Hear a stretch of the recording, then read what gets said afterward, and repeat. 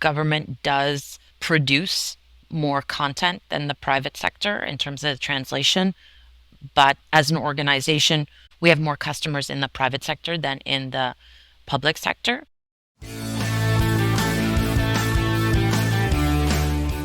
Hey everyone, and welcome to Slater Pod. Today on the podcast, we welcome Mary Casamillas. Mary's the CEO of TRSB. TRSB is actually Canada's largest language service provider, according to our 2024 Language Service Provider Index. Hi, Mary, and thanks so much for joining today. Hi, Florian. Thank you for having me. What part of Canada are you based in? We're based in Montreal, which is really the hub for translation services. All right, so just tell us a little bit more about your background and how you became the CEO of Canada's largest LSP. Honestly, I started off as a translator. I did some internships, government, and at a company called AlpNet, which is now RWS. And after my last internship, they asked me to stay on for a couple of, special projects, not translation, but to coordinate and project manage. And I found out that I really enjoyed it. It was a lot of hustling, a lot of learning, a lot of figuring things out and working with a wide variety of people. And eventually they offered me the job. And so I started off, I guess you can call it project management, but it was a lot of everything. Learned how to water the plants. I also was really fortunate to have, contact with all of our freelancers as well as our internal people, our gang of lovable misfits. And I learned a tremendous amount because I also had an operations director and the president at the time who really mentored me and basically groomed me, I could say, in a most positive way, and were including me in the challenges, including me in even in the most difficult moments and meetings and whatnot. And so it was the best school, to be honest.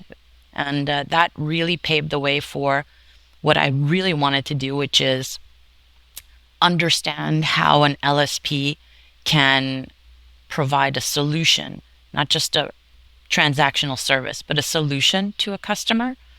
I was working with sales reps, I was working with internal teams, I was working with customers, and how all of those things tied together. That's essentially what I brought to TRSB when I arrived in 2005. And essentially was, I guess you can call it a poop disturber. Am I allowed to say that? I kept saying, well, we can do this, and how come we're not doing this? And have you thought of this? And slowly but surely, my official title was business development, but what it really ended up being was strategy. And my passion is really solving a problem for a customer, finding better ways to do things for the company, for our team members, and obviously for the customer. And that's really what paved the way for my, I guess you can call it, transformation from pure sales to CEO. And I love it because I got such a well-rounded view of how an LSP works, its challenges, the different customer relationships and how those impact the business, and really understand what we can do to make our customers happy, and I guess you can call it sticky, but really grow with them. That's incredible. I mean, tick almost all of the boxes, right? Linguist, project manager, some operations, then sales, and now executive. That's that's pretty much an LSP in a nutshell. Pretty much. So speaking of nutshells, can you tell us a bit more about TRSB, like core clients, sectors, expertise, geography, probably mostly Canada at this point, or? Yeah, well, we're located in Canada. We're based out of Montreal, and the bulk of our customers are themselves in Canada, whether they're part of a larger global presence or a Canadian enterprise. I guess you can say that the bulk of the work that we do are for regulated industries, so finance, banking, pharma, or life sciences, insurance, that kind of thing. But more and more retail, because our customers are realizing that translation is not just a necessary evil, it's really something that you need not only to capture market share, but really connect with your customers. And so whether the industry is regulated or, a B2C type of industry, the objective of translation is really to bridge, two groups of people, via content that's either written or multimedia. And it's kind of difficult to really encapsulate all of that because we've been in business since 1987. When I started in 2005, we were less than 30 people, and we're about 300 now. Wow. And size matters and it doesn't, because what's really important is that we've had customers for 10, 15, 20 years and more. And that's the thing that we're the most proud of. I'm very, very proud of that, because there's no survey, there's no net promoter score, there's, all of those things fall by the wayside when you know that, you've been able to serve a client and really grow with them for years and years. I think that's just a testament to our dedication. Now, when you came from, I'm intrigued by the sales to like executive leadership transition. And then how do you still do a lot of like executive selling? I mean, you talked about existing clients, making sure they're happy and they don't leave, but language industry is super competitive. You have to have that sales engine running. So like, how much are you involved in actual sales still at at C-suite? And then, how do you lead a sales org in this industry?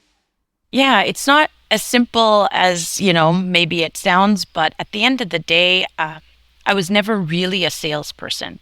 My DNA is I want to understand what the pain point that the customer has. Sometimes they don't even know it. And so I love finding a way to meet that need for the customer.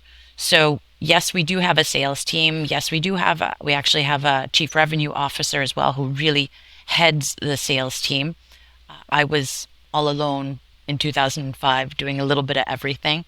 But as a CEO, my job is to make sure that we have all of the right resources, but also to support in many ways our sales team and our ops team so that the customer understands and is getting what they need.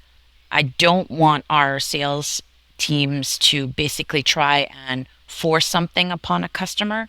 I don't like that as a customer. I never want to be told you need to have this.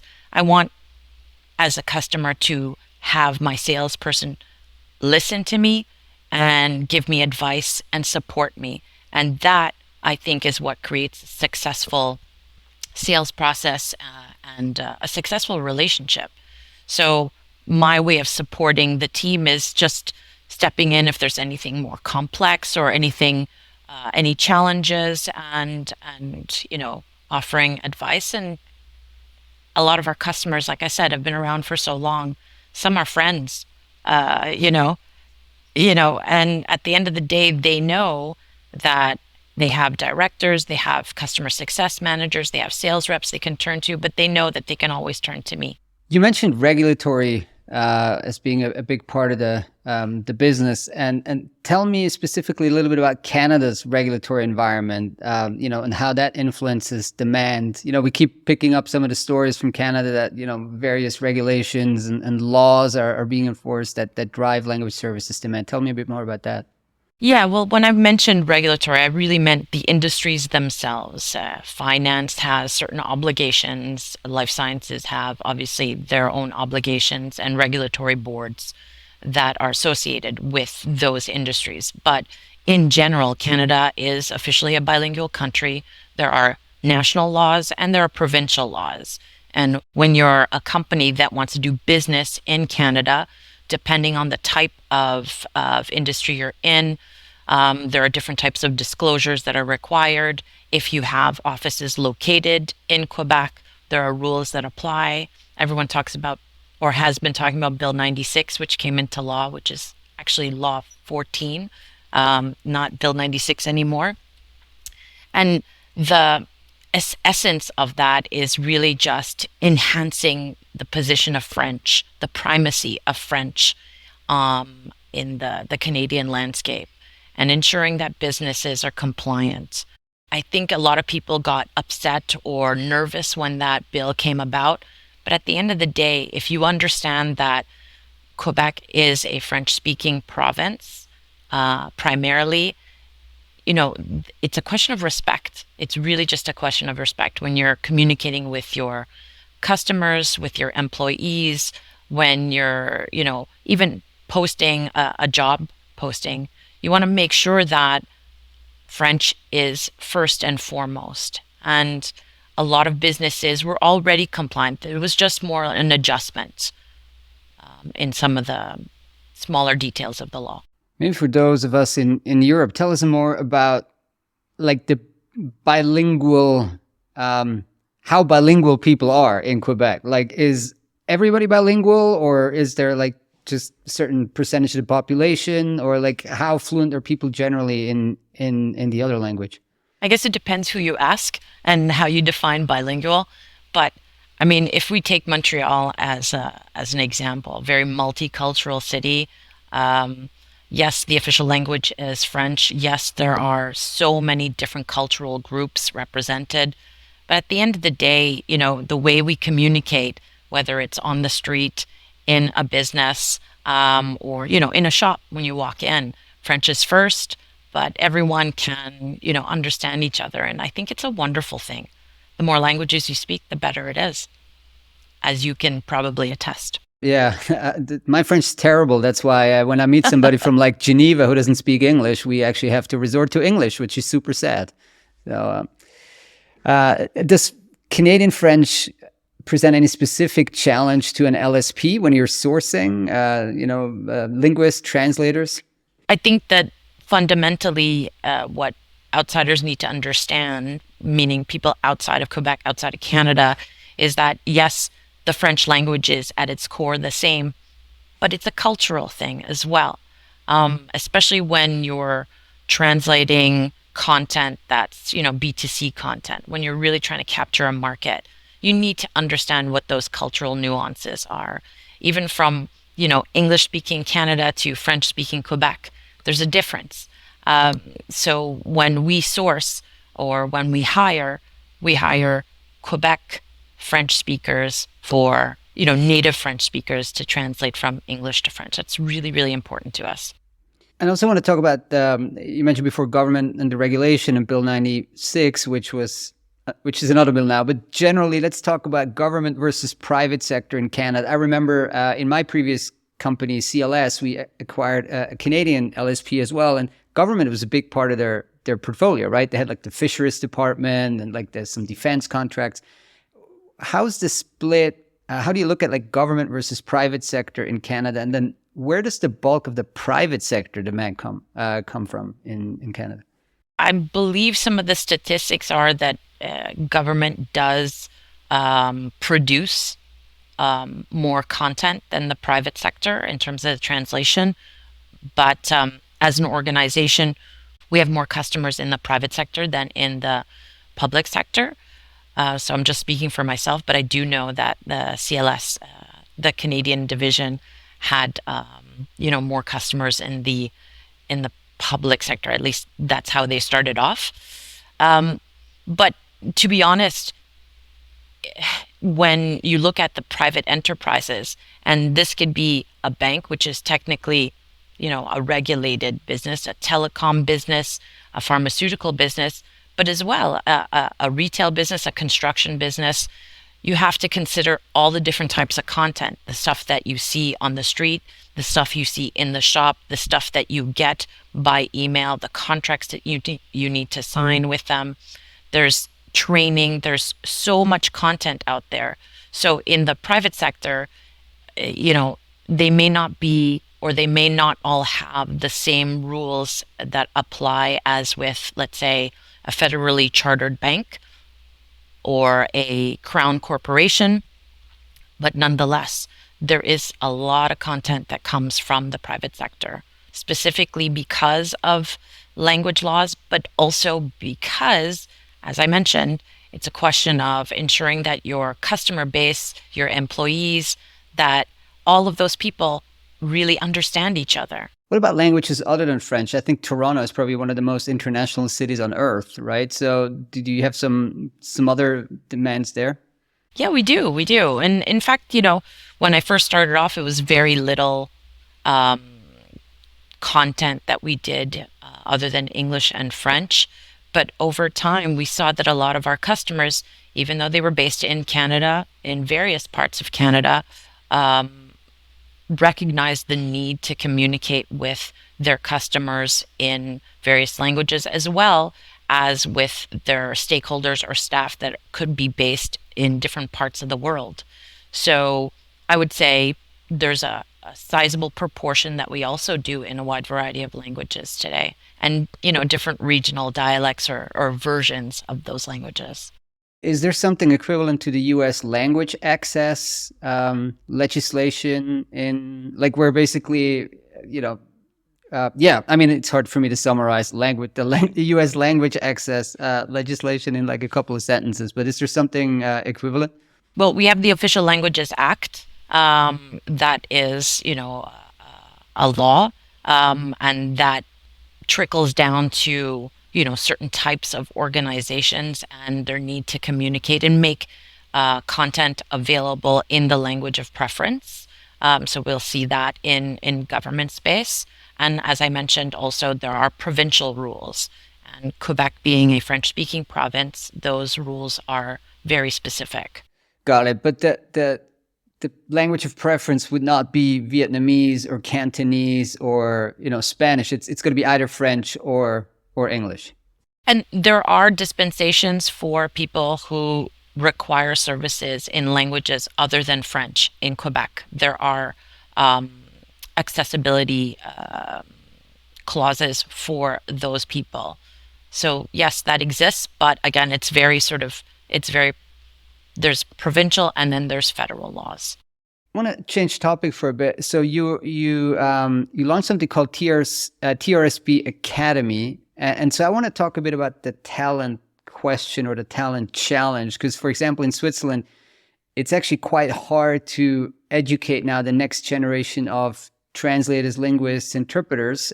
Because the whole AI hype, buzz, boom, what have you, it's just getting very challenging to structure some of these curriculum. Like, is that something that you're also seeing in Canada, and does it impact your hiring and recruiting efforts?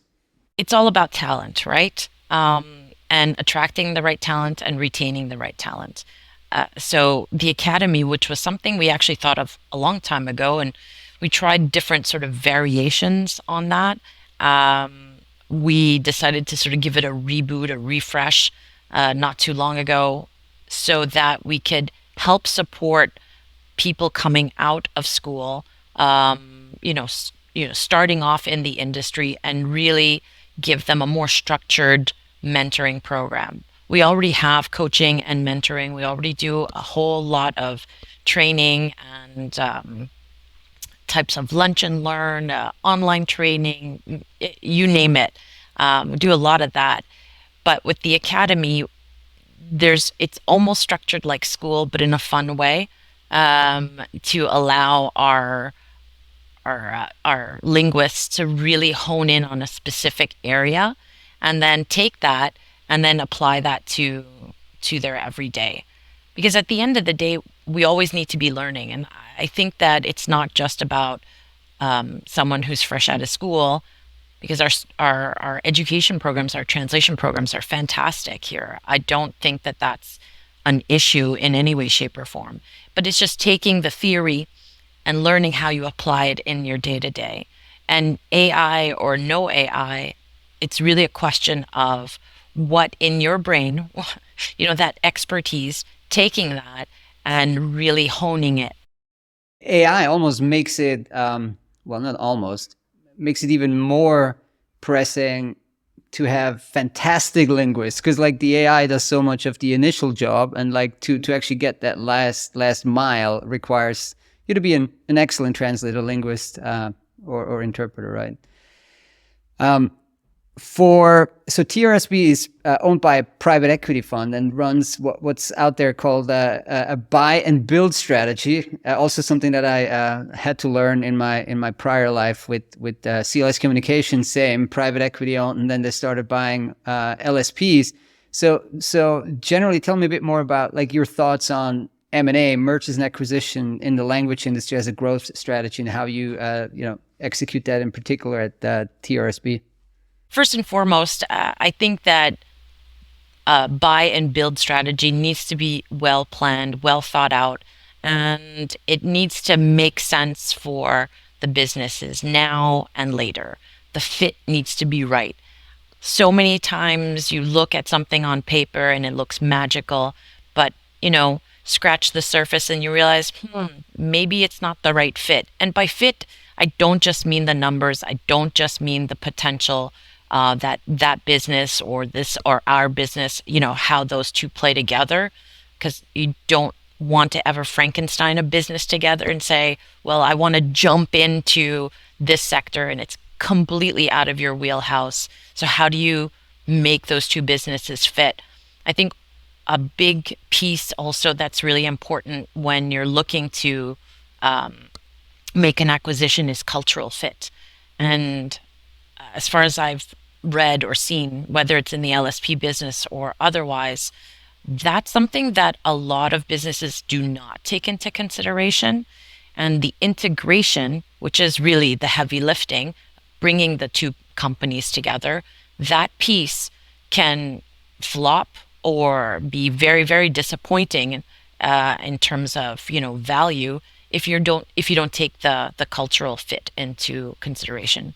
When we did an acquisition a couple of years ago, we were really fortunate, aside from the fact that I was a really big fan of the owner. And he's actually the leader of our TRSB Academy. He's a wonderful speaker, wonderful, very passionate about languages.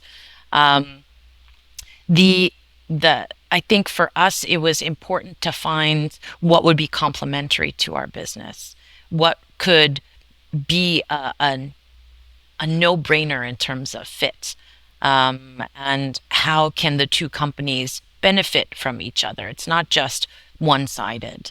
So, I don't have all the answers. A buy and sell strategy is tricky, and you need to really think things through before you just kind of go and hit the market and just start buying. We see a lot of organizations that have done that, and it's a challenge. And at some point, you kind of have to realize: is this really where my business is going? What it needs to do? And are these acquisitions? Do these acquisitions really make sense? Now, assuming there's cultural fit, and you go through with the acquisition, what would be some of the steps? How would you prioritize the steps in like the post-merger integration? Like, would you maybe do tech first, or kind of leave them separate, or just like initially, like usually people like to combine like the freelancer pools and things like that? Just walk us through some of the prioritization there. It kind of depends the type of business you're acquiring, how they're structured, what their platforms, their processes are. But I really think that before you change anything, really try to understand how that company is working, and then do a gap analysis between yours and theirs. Because just because you have two different sets of technologies, one isn't necessarily better than the other. So you need to be able to do a really, really deep dive into that. And I don't believe in rushing into any type of transition. I think that if you do it gradually, not only are you going to set yourself up for success, but you're also going to ensure that the transition for the individuals, the humans, so important, that piece will flow more easily. One thing we learned during that transition, is we really took our time in doing that, is making sure that the communication is open. And obviously you learn things when you do an acquisition, and you know how to do it better the next time. So I would highly recommend that just keeping the lines of communication open between the two teams and making sure that the people are updated and know where the businesses are going during that whole time. We did this during the pandemic, the height of the pandemic. So I have to say that was a challenge for us. Pandemic, integration, and then getting everybody on the same page. Very tricky. Let's briefly talk about AI. Everybody talks about AI. I saw some crazy from the Google I/O conference, I think a couple of days ago. Like somebody clipped together every single instance when they said AI, and it was like a 5-minute video. So like 1,000 times they said AI. Anyway, so we also have to talk about AI because all these new language AI technologies are out there. So how do you navigate this? Clients come to you, they say, hey, there's ChatGPT, there's like these 50 other tools that are out there, and you're the language services specialist. So what do you tell them? First, I listen. I think that's the important part. What do they know? What do they not know? You'd be surprised. Actually, I'm not surprised, but there's so much misinformation. There's so much confusion. I think that there's first and foremost an education process that's important. Really understanding what's the end goal for the client. AI or no AI, I think that approach is the best one.